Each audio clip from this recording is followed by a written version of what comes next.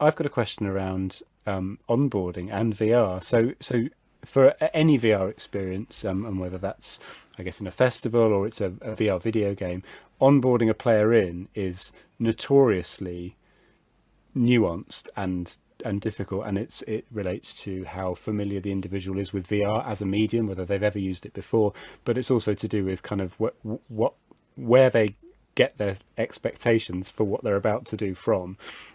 So you're embedding a VR experience into another form of immersive experience, live theatre. So I think you've probably got the best line on it. How do you do it well? Or what did you learn about how to bring people with it into and out of a VR headset and not break the magic?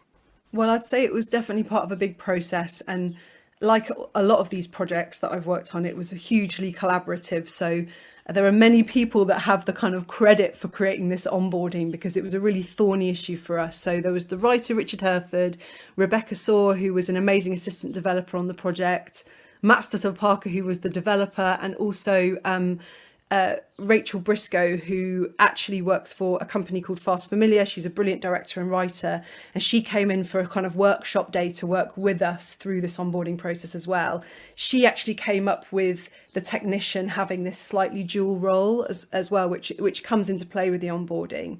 But the most important thing for me for the project was that I really did not want to break the world. I wanted from the moment you arrive at the experience, whether you're a festival or you're arriving at a sort of strange building that you've been told to meet at, that the first person you meet greets you as the trainees. You're not the audience. It's like, oh, you must be the trainees. We're so glad you've arrived. Put your stuff down. Come and join us. So it was all about storytelling, really, and that's really where the theatre element comes into it.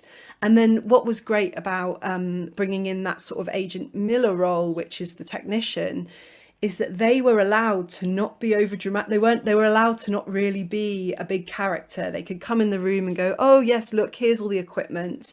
Have you worn a headset before? Actually, I'm not sure if you've done that in your training yet. That might be a little bit early for you. If you haven't, let me just remind you or refresh you. So it was all part of that kind of story world of this idea that they were trainees brought in at the last minute. Maybe they know, maybe they don't, and it gives you a lot of freedom to kind of have all of that happen within the world of the story. And we also even had at the festival that we played at. The person playing Commander Harris stomping around on the phone while they were waiting to go in, and obviously at that point the two audience members don't know that that's going to be the person in the show. All they can hear is someone that's obviously being really stressed on the phone about something bad that's happened at work.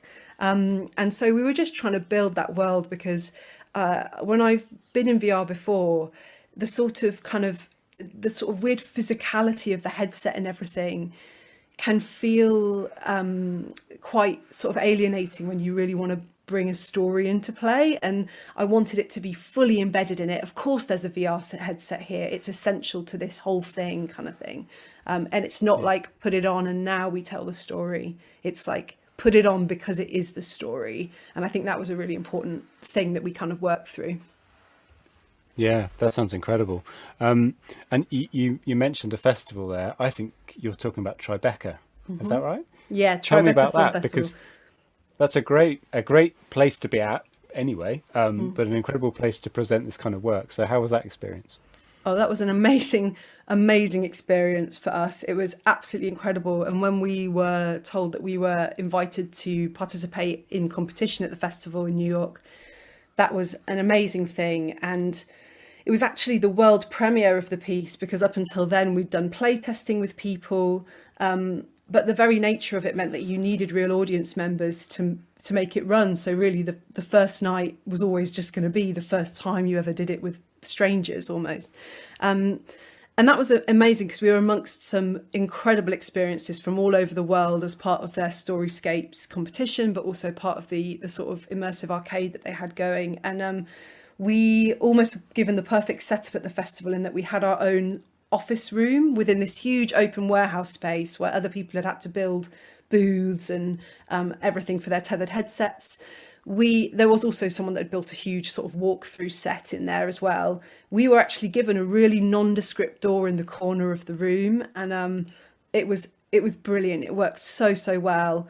And we just had a great time there. And actually, it was a real treat to kind of play to American audiences, because the themes of Traitor are all about data protection, and if your data is in the wrong hands, what that might mean, how data can influence our decisions.